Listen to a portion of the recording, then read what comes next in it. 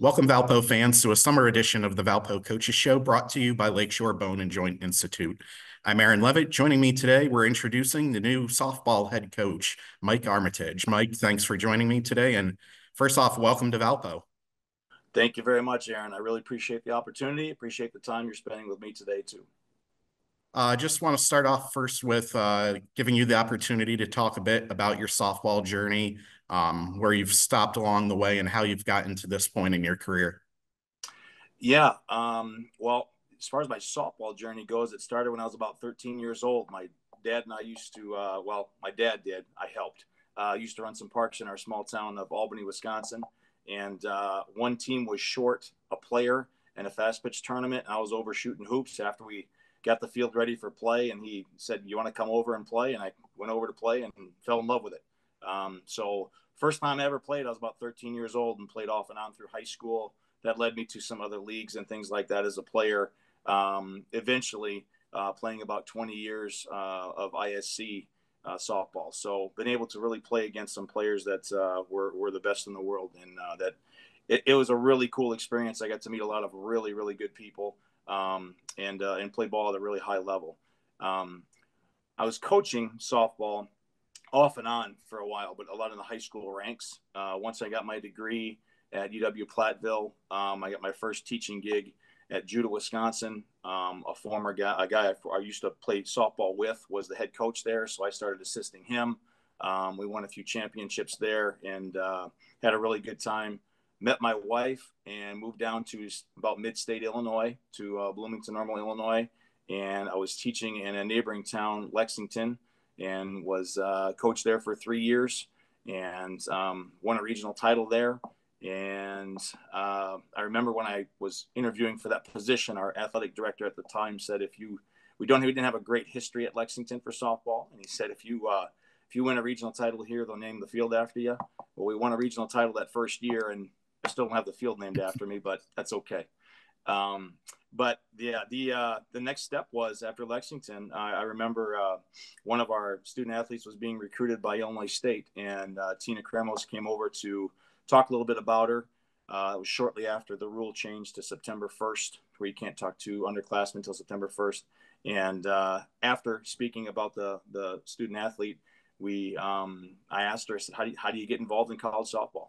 And ultimately, she said, well, we have a volunteer position opened up here, and we investigated that and came to terms with Melinda Fisher, and she kind of gave me my first shot of the college level. So really enjoyed it.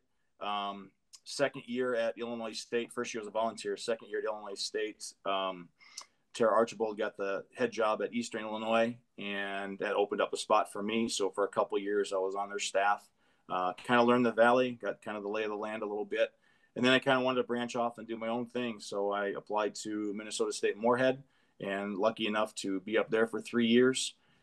Started off a little rocky. We had a little late hire there, but had some really good student athletes that were willing to stick it out and really try and improve that. Did some recruiting and had 2 seasons that I think that they'll remember for quite a while up there. So from that point, applied to Valpo and here we are. And I guess that leads into my next question. What attracted you to both Valparaiso University and then specifically the Valpo softball program?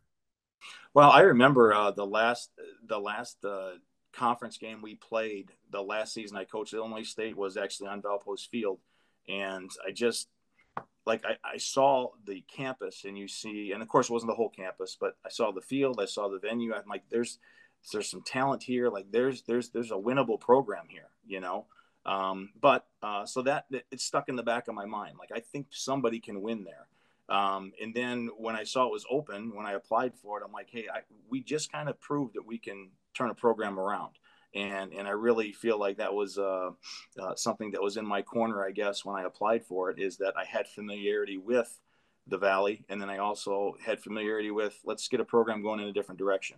So those 2 things I think really helped. But yeah, I mean, I really see the opportunity, and I know I think there's some coaches out there that would rather go with somebody that's already established, meaning a program that's already established. But I really kind of I guess it goes back to my house building days, and you go there with just a foundation of a concrete slab, and now you get the pieces to build a house, and you can kind of build whatever you want to build there. So I like the idea of doing that and seeing the progress and the step by step and the day by day, how things are progressing through to become a program that our community can be proud of. So then how do you build that? And like with your coaching style, how would you describe it? And what does a team coached by you look like? Well, I would say how you build it. I think first and foremost, I mean, you have to be honest with yourself. And you have to be honest with the team. For me to come in there and have a meeting with the kids and go, okay, we're going to be national champs. It's not realistic, you know. But for us to go in there and say we're going to be as successful as we possibly can, I think that's a must. I don't think that's just realistic. I think that's what has to happen. So I really think it goes back to my house building days again. My boss was very honest with me. I knew if I was slacking, he'd tell me. I knew if I was doing well, he'd tell me. You know, and I really think that's a good way to attack coaching is being honest with them. I think a team that's coached by me, I think you'll see that rather early. We're going to make mistakes, but the big thing is, what are we going to do after that mistake? Are we going to allow that to go into more mistakes, or are we just going to cut it off right there and say, okay, what's next? What can I do next to make this situation we're currently in better for the next play or the next pitch or the next inning or game or what have you? So I really think that's you're not going to see a lot of pouting, a lot of heads dropping, a lot of here we go again. That's not what I'm about. That's not what the program should be about. So we're going to make mistakes. We know that softball's a game of failure. And we're just going to do our best to make sure if we do have some sort of failure that we're going to not repeat that. You mentioned not going and telling the team we're going to be national champs this year. So going off of that, what would your goals be for the program in your first season as head coach in 2025? Well, I mean, as you know, I mean, you've been involved in sports a long time, and there's different ways to measure successes. So one, I think how are we going to get a team that looks like it's having fun on the field again, to get that belief that, you know, kind of like when you were a kid. I mean, every player that is coming to Valpo and has participated at Valpo in the past, at some point, softball was really fun for them. And that's why they played it. Not just because they were good, not just because they were earning a scholarship. It was a fun game. So I think we need to bring some of that element back. Obviously, there's more things that are kind of at stake, you know, because you need to win, you know, you need to compete. But I would say if I had to pick wins and losses, for us to be able to float around that 500 mark, I think is a realistic goal for us. Certainly you start out 0-0, you know, every year, and then you get to start over when you hit conference again. So you get to kind of push the reset button a little bit when conference starts. But at that point of the season, you're kind of becoming who you're going to be.